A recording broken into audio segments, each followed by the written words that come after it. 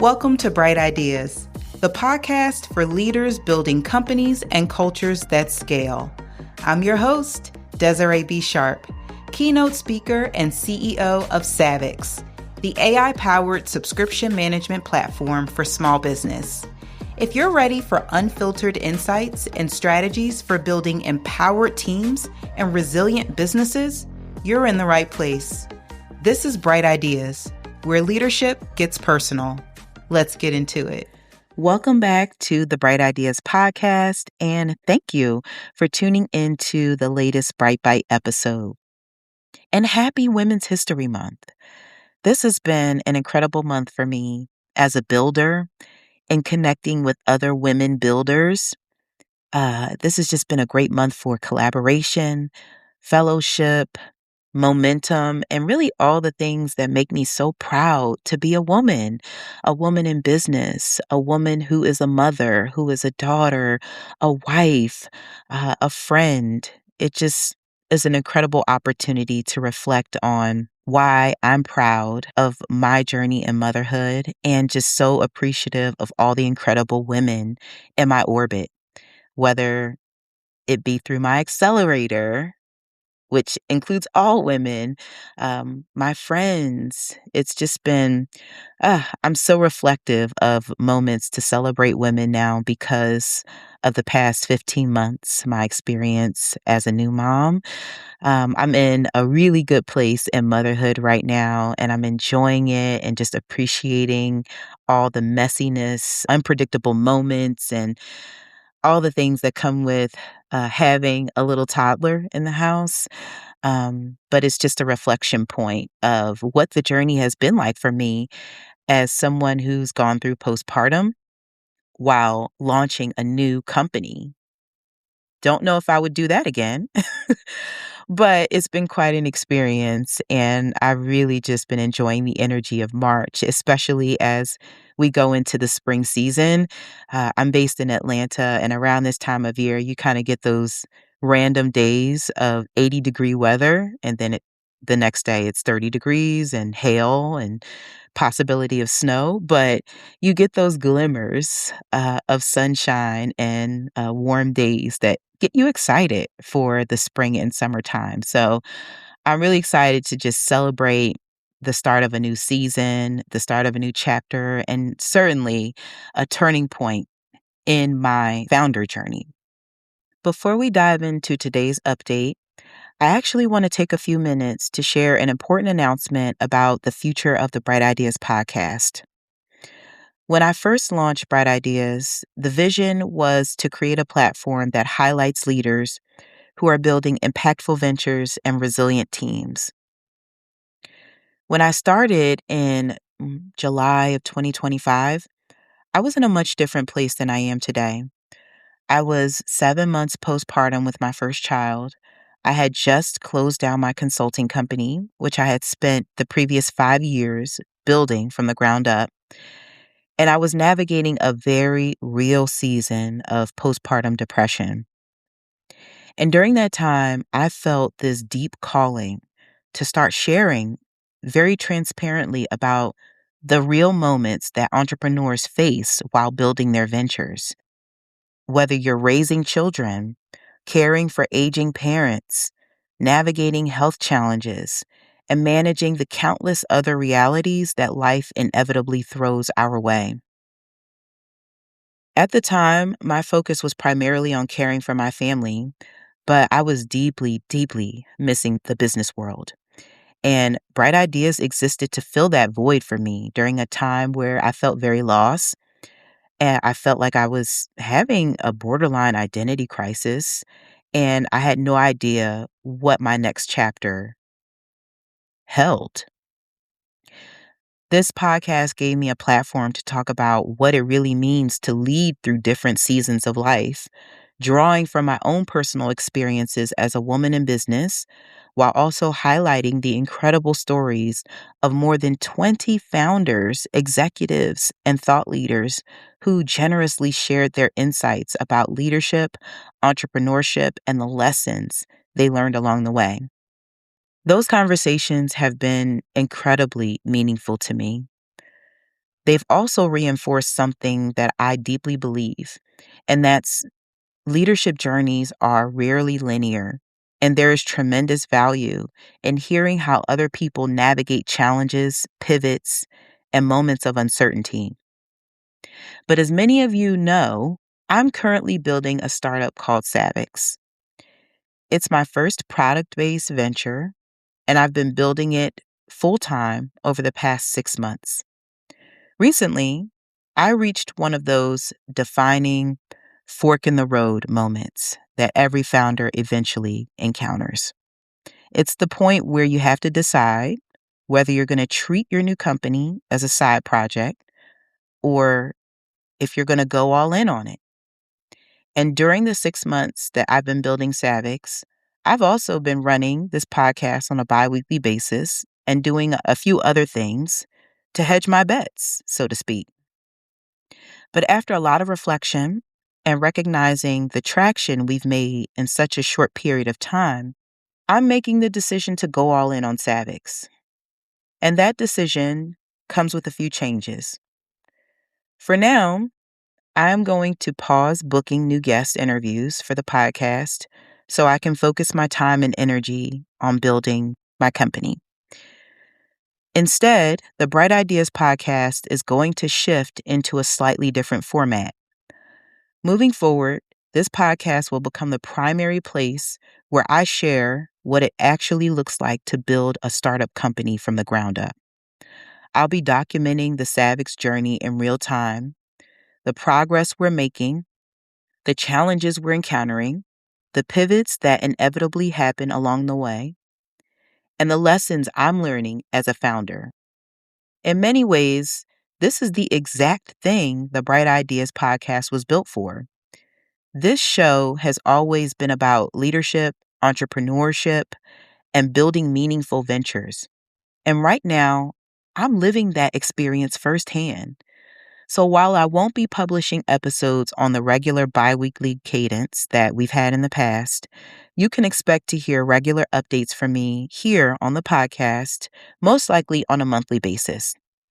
These episodes will focus on Savvix, my founder journey, and the realities of building a startup in today's market, while also prioritizing my faith as a Christian woman and my most important roles as a mother and a wife.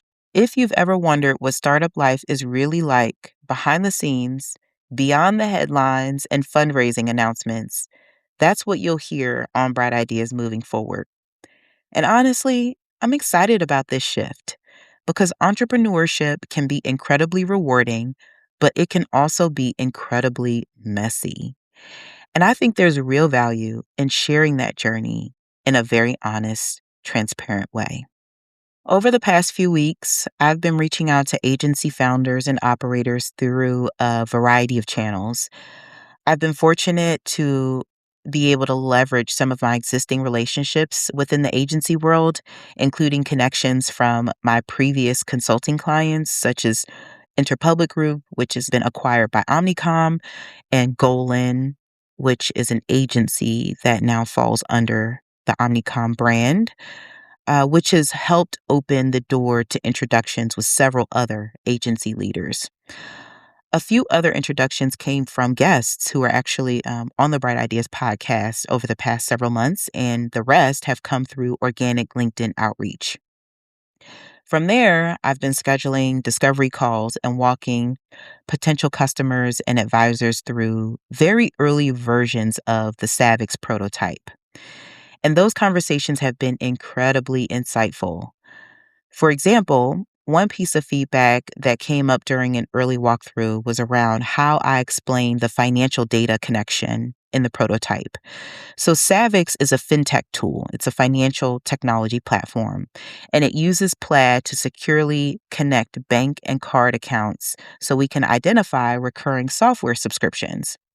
Getting approved for Plaid's pre-production environment actually requires a fairly extensive vetting process, which it should, because anytime you're stewarding financial data, there should be a rigorous process for making sure that you're operating with bank level security. So reaching that milestone has been a very meaningful win for us. It was a big win in our progress towards getting our product launch. Initially, I was explaining the technical process behind how that connection works, but one advisor pointed out that most people don't actually care about the technical details. What they care about is trust. So instead of focusing on the mechanics, it's actually more effective to simply say that Plaid is used by thousands of fintech institutions and fintech platforms like Rocket Money, Chime, Venmo, which are all very familiar brands. And that framing immediately changes the perception of risk. Another insight that came up during these conversations relates to pricing. The audit itself, which is the audit is the MVP version of our platform, it becomes incredibly compelling when the potential savings are significant. So, if a company stands to recover thousands of dollars in unnecessary software spend, the value proposition becomes clear. But if the savings are relatively small, the incentive becomes a lot weaker. So, a lot of the early conversations I'm having right now are focused on identifying which types of companies have the greatest potential for meaningful savings. And that leads to one of the biggest strategic questions that I'm currently thinking through. And that's the question of who our core ICP really is. When I first started building the Savvix prototype, I actually built it in Lovable. So I'm a non technical founder who has been able to make a significant amount of progress by vibe coding in Lovable. So if you are starting something new, if you want to build a new web app, a mobile app, or something technical and you don't have any technical chops, there's really no excuse in the age of AI. Platforms like Lovable make it so easy for you to build really exciting web pages, apps, things like that by just prompting. And you can learn how to prompt better by using tools like ChatGPT. But I have been able to really build out our prototype in Lovable. And I wanted to do it that way because I deeply value our engineer's time and expertise. And so the last thing that I want to do is have her build something and we keep having to make changes over and over again because we're getting different pieces of feedback that inform how we're designing the product from these demos that we're doing.